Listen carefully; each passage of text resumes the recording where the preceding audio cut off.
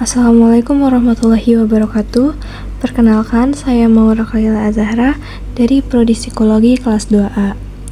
Pada kesempatan kali ini, saya akan memaparkan materi mengenai perkembangan kognitif dan perkembangan moral pada remaja. Jadi, untuk pembahasan pertama yaitu terkait perkembangan kognitif pada remaja. Pengertian dari kognisi sendiri adalah salah satu aspek perkembangan individu yang meliputi kemampuan dan aktivitas mental yang terkait dalam proses penerimaan, pemrosesan, dan penggunaan informasi dalam bentuk berpikir, pemecahan masalah, dan adaptasi. Masa remaja adalah suatu periode kehidupan di mana kapasitas untuk memperoleh dan menggunakan pengetahuan secara efisien itu mencapai pada puncaknya. Jadi, remaja itu tidak hanya terlihat berbeda dari anak kecil dari segi fisiknya saja, mereka juga berpikir dan berbicara secara berbeda. Kecepatan pengolahan informasi mereka itu jauh lebih meningkat. Meskipun beberapa cara berpikir mereka itu masih kurang matang, kebanyakan dari mereka itu sudah mampu membuat penalaran abstrak dan penilaian moral yang sangat memuaskan dan dapat menjelaskan masa depan secara realistis. Lalu ketika membahas tentang perkembangan kognitif pada remaja, di sini ada 3 sudut pandang. Yang pertama ada sudut pandang dari teori Piaget, yang kedua sudut pandang egosentrisme, dan yang ketiga pemrosesan informasi. Jadi sudut pandang yang pertama itu ada sudut pandang dari teorinya Piaget.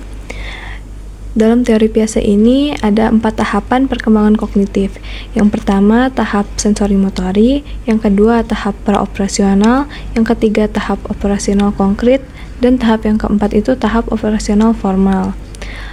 Karena pembahasan kali ini tuh tentang remaja, jadi ini masuknya ke tahap operasional formal, yang dimana biasanya ini dimulai dari usia 11 tahun. Piaget mengatakan bahwa remaja itu memasuki tingkat perkembangan kognitif tertinggi pada tahap operasional formal ini. Mereka mengembangkan kapasitas pemikiran abstrak. Mereka juga tidak lagi terbatas pada hal-hal yang bersifat aktual atau konkret. Selanjutnya ada karakteristik dari teori Piaget. Yang pertama, mampu mengira kemungkinan-kemungkinan yang belum terjadi. Jadi remaja itu sudah bisa membuat bayangan. Misalnya, kalau saya melakukan hal ini, maka akan terjadi hal ini. Nah, jadi remaja itu sudah bisa membuat hipotesis-hipotesis seperti itu. Yang kedua, mampu memecahkan masalah-masalah secara verbal. Jadi contohnya, anak kecil kalau disuruh beli ke warung, itu pasti ditulis barang-barang apa saja yang harus dibeli. Terus kalau barangnya gak ada di warung tersebut, harus pergi ke warung yang lain untuk mencari barangnya. Jadi anak kecil itu masih perlu direpresentasikan, tetapi remaja tidak perlu seperti itu lagi, karena mereka itu sudah bisa memecahkan masalah-masalahnya itu hanya dengan kata-kata saja. Ketiga, meningkatnya tendensi untuk berpikir mengenai pikiran itu sendiri. Nah, seorang remaja sering berkomentar, saya mulai berpikir, mengapa saya berpikir seperti yang saya pikir tadi? Nah, itu ciri-ciri remaja. Mereka itu banyak berpikir. Yang keempat, pemikirannya banyak mengandung idealisme terutama di remaja awal. Nah, remaja ini terlibat di berbagai spekulasi mengenai karakteristik ideal kualitas yang mereka inginkan pada diri mereka atau pada orang lain. Jadi mereka itu sering menuntut, saya harus seperti ini, dia harus seperti itu. Nah, remaja itu cenderung idealisme. Terakhir, selain berpikir abstrak dan ideal, remaja juga berpikir secara logis. Remaja cenderung memecahkan masalah melalui trial and error. Tipe pemecahan masalah menuntut penalaran hipotesis deduktif. Jadi, dinalar dulu di logika, lalu membuat hipotesis, lalu di deduktif, yaitu penalaran dari umum ke khusus. Selanjutnya, sudut pandang egosentrisme.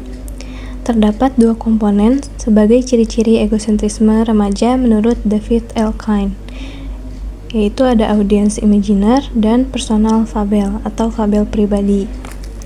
Nah, audience imaginer itu adalah keyakinan remaja bahwa orang lain berminat pada dirinya, sebagaimana ia berminat pada dirinya sendiri, termasuk juga tingkah laku menarik perhatian, berusaha untuk diperhatikan. Contohnya, seorang remaja yang sedang berjalan melewati teman-temannya yang sedang berkerumun. Nah, remaja tersebut akan berpikir bahwa semua temannya itu memperhatikan dia. Selanjutnya, fabel pribadi, yaitu penghayatan seorang remaja bahwa dirinya itu unik dan tidak terkalahkan. Contohnya, seorang remaja mengatakan, "Aku tidak akan sakit hanya karena aku kehujanan." Nah, dia itu merasa dirinya itu tidak terkalahkan.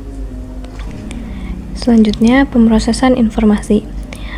Meningkatnya fungsi eksekutif yang mencangkup berkembangnya kemampuan dalam mengambil keputusan dan berpikir kritis.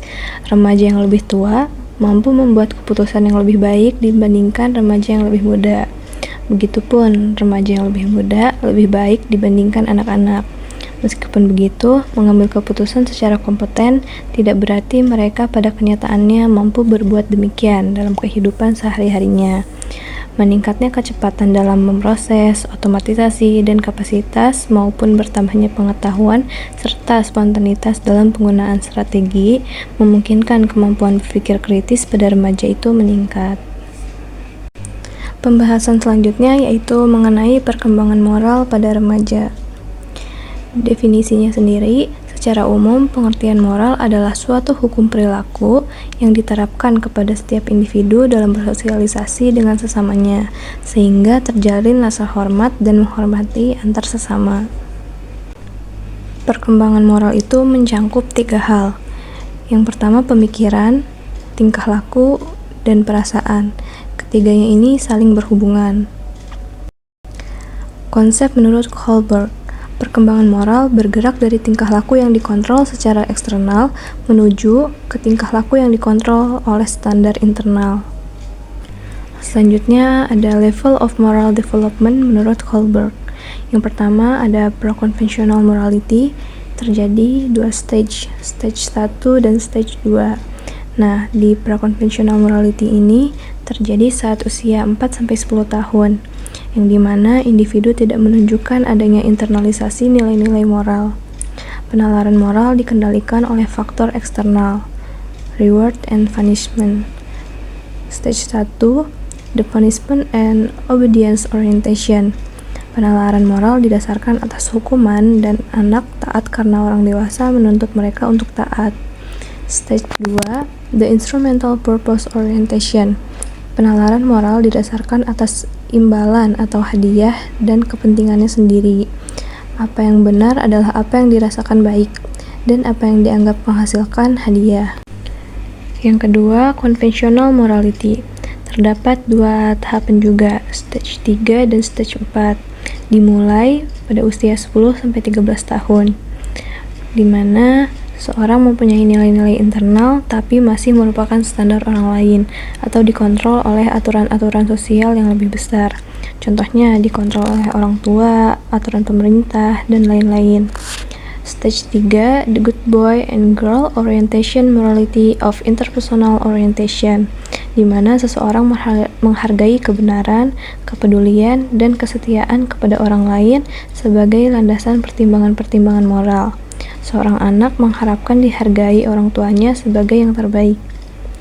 Lalu stage 4, social order maintaining orientation. Suatu pertimbangan itu didasarkan atas pemahaman aturan sosial, hukum-hukum, keadilan, dan kewajiban. Yang terakhir, yang ketiga, yaitu post-conventional morality. Terdapat 2 tahapan, stage 5 dan stage 6.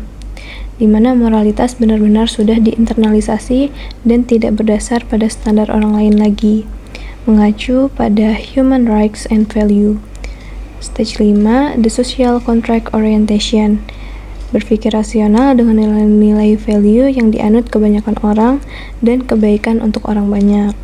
Stage 6, the universal ethical principle orientation, di mana seseorang telah mengembangkan suatu standar moral yang didasarkan pada hak-hak manusia universal, melakukan apa yang dianggapnya benar menurut nuraninya. Cukup sekian untuk materi yang dapat saya sampaikan. Kurang lebihnya mohon maaf. Wassalamualaikum warahmatullahi wabarakatuh.